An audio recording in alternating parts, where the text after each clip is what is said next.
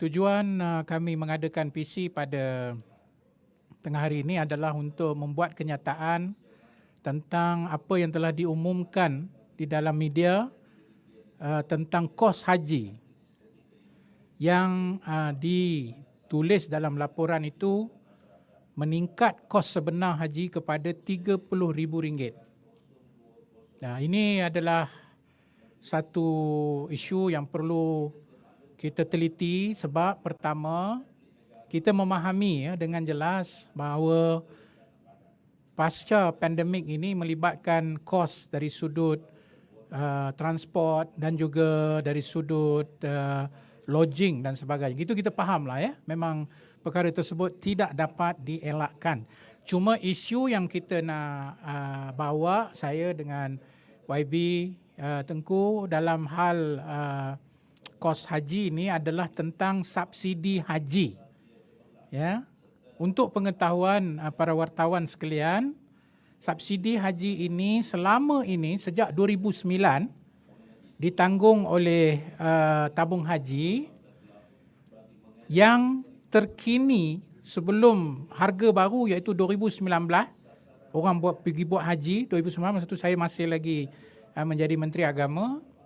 Kos yang kita tanggung ialah sebanyak RM12,000 Malaysia. Ya, kita bundarkanlah begitu ya, 12,000 yang mana para jemaah haji membayar hanya 9,980 atau kita bundarkan 10,000 begitu.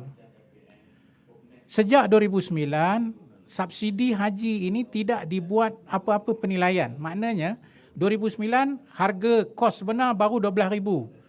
Tabung haji hanya tanggung 2,000 saja. Okeylah. Tapi kemudian bila kos meningkat sampai ke 2019, kita tidak menilai semula bayaran yang ditanggung oleh tabung haji. Baik. Tiba-tiba datang pula isu COVID. Sudah tentulah ia akan memberi lebih kesan dan dengan itu juga memberi kesan kepada isu subsidi haji ini macam mana. Inilah yang menjadi kerisauan kita dari sudut Menteri perlu bersikap telus, bukan sahaja announce 30,000 kerana ini boleh membimbangkan berbagai pihak. Dia kena announce apa dasar kerajaan dalam konteks tabung haji dalam membuat semula mekanisme apa yang kita namakan subsidi haji ini. Itu isu yang kita nak bawa pada tengah hari ini. Kami daripada Pakatan Harapan dan jawatan kuasa ini mencadangkan kalau boleh dengan peningkatan kos ini subsidi haji dikekalkan secara bersasar. Maksudnya hanya yang layak, bukan dibuat secara blanket atau secara umum. Malangnya menteri, timbalan menteri, TH sendiri belum membuat apa-apa sikap terhadap isu subsidi haji dan ini boleh membimbangkan bakal-bakal para jemaah yang akan melakukan ibadat haji pada tahun ini dan ini boleh menimbulkan berbagai isu yang secara tidak langsung adalah satu kebimbangan kepada umat Islam. So saya ulang balik, subsidi bersasar ini perlu diberi mekanisme dia.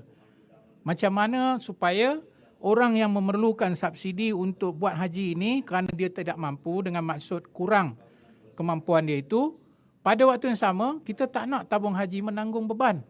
Kalau dibuat secara blanket, semua orang dapat subsidi. Dan yang kedua, saya nak jelaskan di sini bahawa kami merasakan bahawa isu kos haji yang meningkat ini jangan dijadikan isu politik. Kerana jika jadi isu politik, maka ia akan menimbulkan berbagai kebimbangan.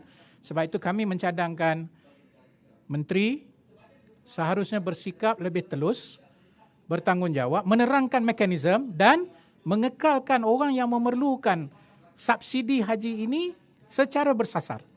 Bukan secara umum yang kita amalkan sebelum daripada ini.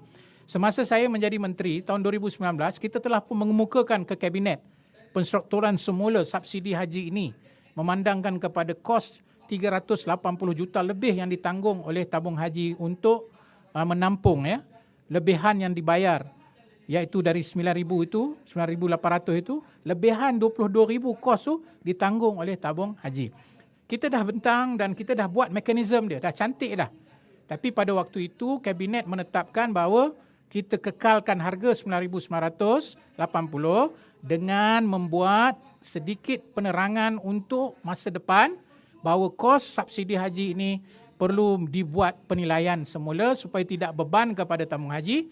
Tapi pada waktu yang sama, secara bersasar membantu mereka yang memerlukan subsidi haji ini.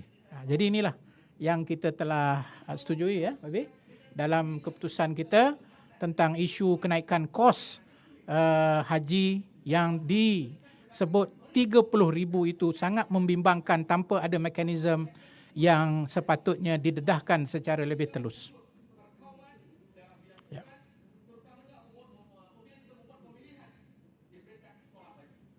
Ada apa soalan yang nak ajukan?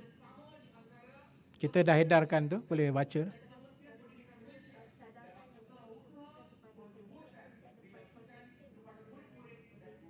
Semasa tahun 2019, satu paper telah dibentangkan untuk di bawah tajuk menilai semula subsidi haji.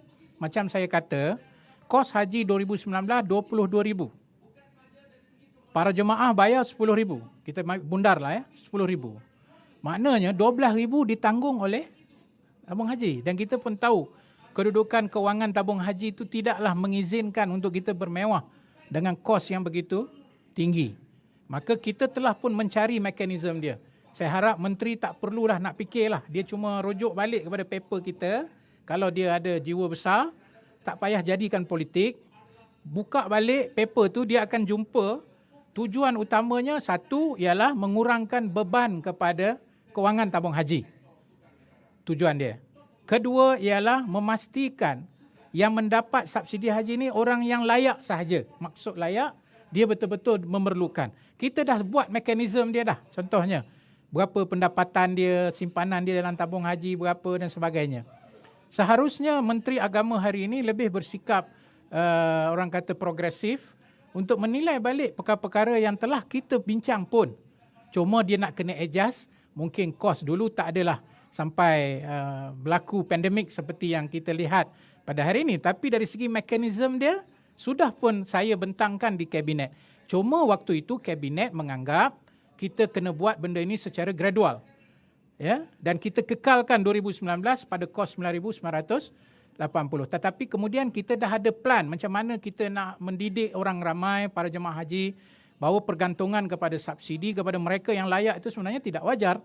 Maksudnya dia mampu tapi dia nak ambil juga subsidi. Hanya betul-betul subsidi itu kepada mereka yang memerlukan. Tapi itu memerlukan masa sebab dia dah dilaksanakan tahun 2009 lagi ya. Jadi nak tukar tu secara abrupt memang agak kita kata ada kesan lah.